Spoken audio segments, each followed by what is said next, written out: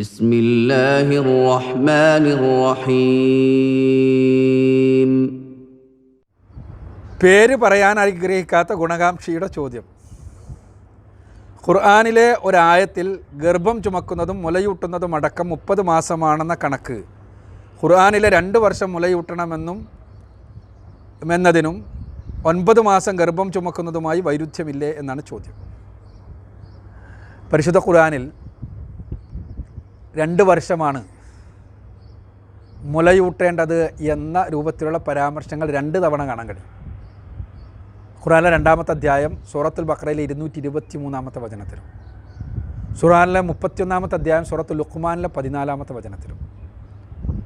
എന്നാൽ പരിശുദ്ധ ഖുർആനിലെ 46-ാമത്തെ അധ്യായം സൂറത്ത് അഹ്ഖാഫിലെ 15-ാമത്തെ വചനത്തിൽ മുലയൂട്ടുന്നതും ഗർഭകാലവും കൂടി 30 മാസമാണെന്ന് പറഞ്ഞിട്ടുണ്ട്. ഇത് വൈരുദ്ധ്യമല്ലേ? കാരണം മുലയൂട്ടുന്നത് 2 വർഷമാണെങ്കിൽ ഗർഭകാലം 9 മാസമാണെങ്കിൽ തീർച്ചയായും 30 അല്ലല്ലോ ഉണ്ടാവുക, 33 മാസം വരില്ലേ എന്നാണ് ചോദ്യം.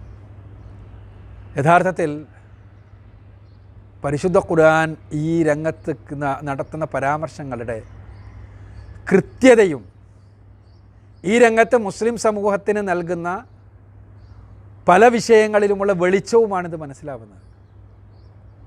ആ വെളിച്ചക്കത്തോട്ട് കൂട്ടി പറയട്ടെ. ആദ്യം, ഉമർ റളിയല്ലാഹു അൻഹുവിൻ്റെ കാലത്ത് ഒരു സ്ത്രീ കുഞ്ഞിനെ പ്രസവിച്ചു.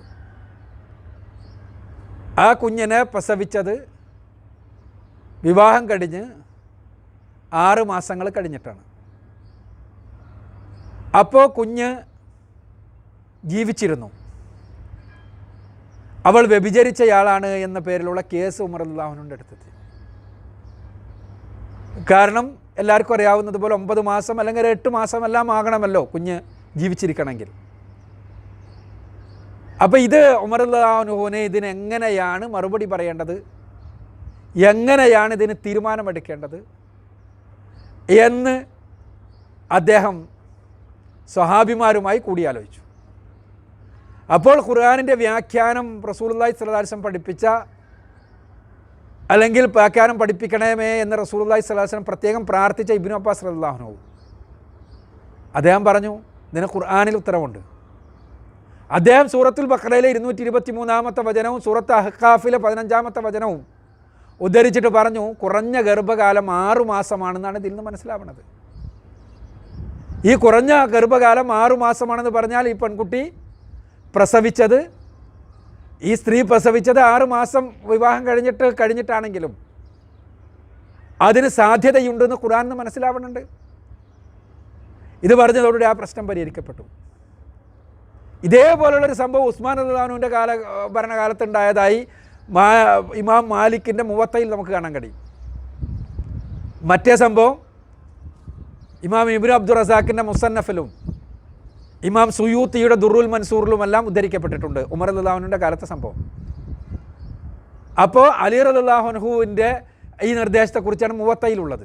ഇതും ഇതേപോലെ തന്നെ. യഥാർത്ഥത്തിൽ കുറഞ്ഞ ഗർഭകാലം 6 മാസമാണ് എന്ന പരിശുദ്ധ ഖുർആനിൻ്റെ പരാമർശമാണ്, അല്ലെങ്കിൽ ഖുർആനിൻ്റെ വളരെ കൃത്യമായ വസ്തുതയാണ്.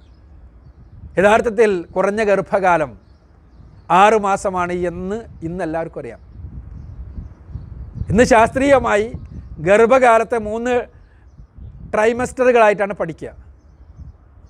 ഒന്നാമത്തെ ത്രൈമാസികം, അത് ആദ്യത്തെ 3 മാസം.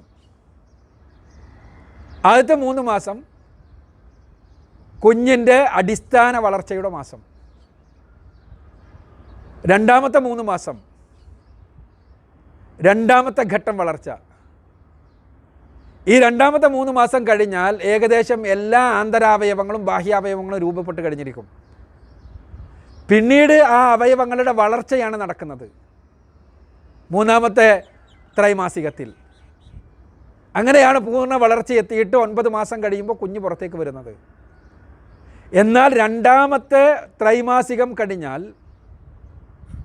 കുഞ്ഞ് പ്രസവിക്കപ്പെട്ടാൽ ആ കുഞ്ഞിൻ്റെ ഫീറ്റൽ വയബിലിറ്റി എന്നാണ് പറയുക. ആ കുഞ്ഞിൻ്റെ ഫീറ്റസിൻ്റെ ഗർഭസ്ഥ ശിശുവിൻ്റെ വയബിലിറ്റി, അഥവാ ജീവിക്കാനുള്ള സാധ്യത 90% ആണ്. അതിനു മുൻപ് ജീവിക്കാനുള്ള സാധ്യത തുലോം വിരളമാണ്.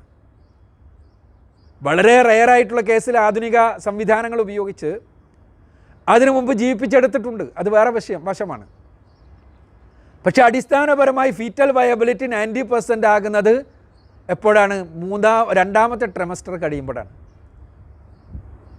അപ്പോൾ യഥാർത്ഥത്തിൽ 6 മാസമാണ് ചുരുങ്ങിയ ഗർഭകാലം എന്നുള്ള വസ്തുത ഖുർആൻ പറയുന്ന ഈ 2 ആയത്തുകൾ വെച്ചുകൊണ്ട് പറയുന്ന വസ്തുതകൾ കൃത്യമാണെന്നർത്ഥം.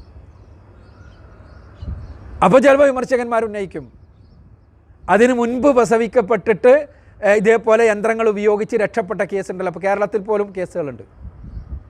തീർച്ചയായും ഉണ്ട്. അതിനുമുള്ള ഫീറ്റൽ വയബിലിറ്റി വളരെ ചെറുതാണ്. പക്ഷേ എങ്കിൽ പോലും യന്ത്രങ്ങൾ ഉപയോഗിച്ച് വളർത്തിക്കൊണ്ടുവരാം. പക്ഷേ അവിടെ മുലകുടി ഉണ്ടാവില്ല.